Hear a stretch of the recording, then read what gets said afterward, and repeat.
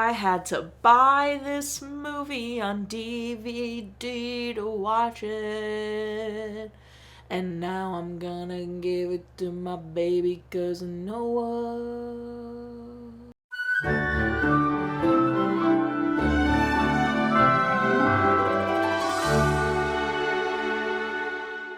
Welcome back to Ever Does a Movie Ever. My name is Jess and I'm watching Ever Does a Movie Ever. Today I'm going to talk about Stanley's Dinosaur Roundup. Stanley's Dinosaur Roundup is a 2006 television release.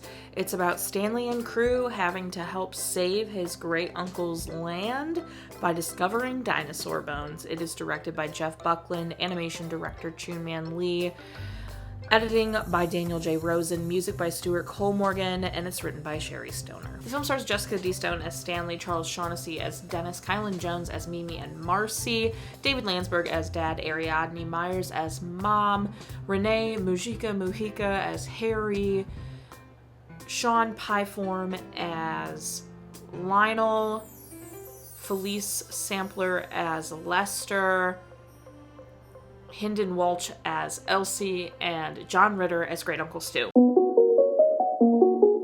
I feel like this style of animation is kind of what Home on the Range wanted to be, in perfect honesty. This was very cute. It's TV quality, but it looked good on the DVD I have. No complaints. I don't think it's like the most stunning animation ever, but it was cute for a kids TV show, and it was higher quality because I have the DVD of it, so that was nice. I really loved the Believe in Your Dreams song that Great Uncle Stu sang. I thought it was really beautiful, and, well, beautiful meaning, but then it was really fun and catchy. I thought it was great, and then there's a lot of music in this. So you got the Stanley theme song that bookends the movie, really, but then there's just some other, like, fun little Wild West feeling songs that I thought were great and really added a fun spirit to the movie.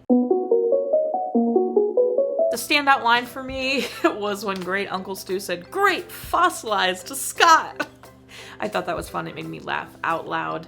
It was definitely like, here's a nod for the parents who are having their kids watch this. This, I think, is like one of the first things we've watched that has been for a very young demographic. This gave me very much like Dora the Explorer or Mickey Mouse Clubhouse vibes. With the educational aspect of it, it's very educational, which I love. That's really wonderful. Had some fun dinosaur lessons and bones and like that kind of stuff. And fear, facing your fear. I loved that whole lesson.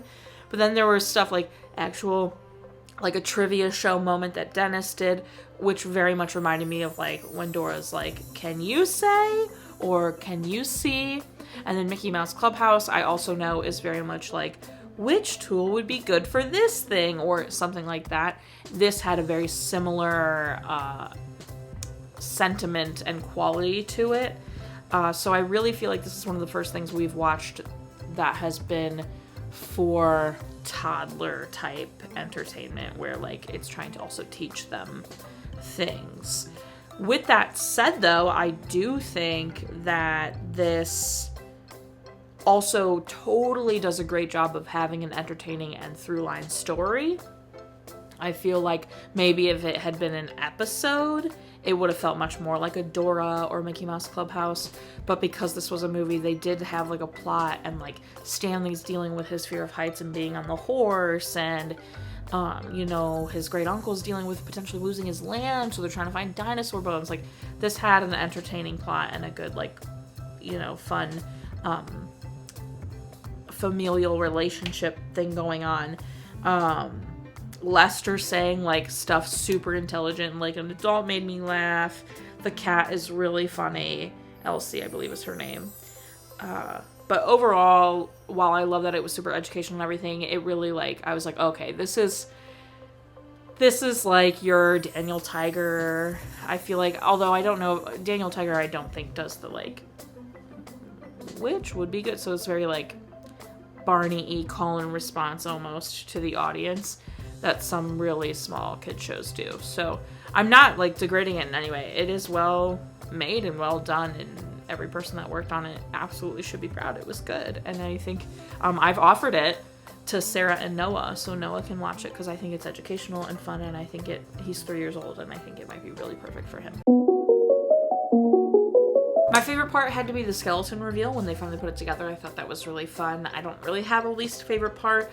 I wouldn't really recommend this unless you have a super young one, like a toddler, that you're wanting to see something like really sweet and cute and educational.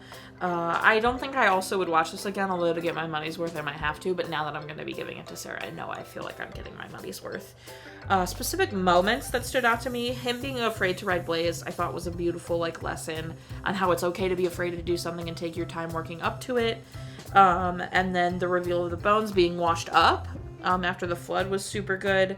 As I've already said, this was definitely for like little kids TV moments. So it was good and cute for what it was, but I don't think anyone really has to go out of their way to watch this. That's everything for Danley's Dinosaur Roundup. My final rating is 5.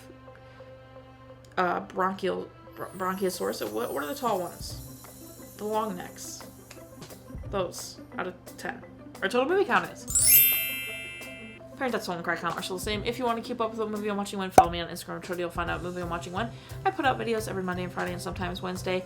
Join Patreon. I have a tier starting at just $1. You get every video a week early and a coupon code for merch. Speaking of merch, buy merch. Merch is great. Merch is grand. We stand this one. It's a tried and true. Until next time, comment, like, subscribe, but I'm not in charge of your life. You are studio, and don't be who was that guy? The Rory guy? Was his name Rory? I don't know. The one who was trying to steal the land. He was gross. I forgot to say I thought I remembered the Great Big Book of Everything dance.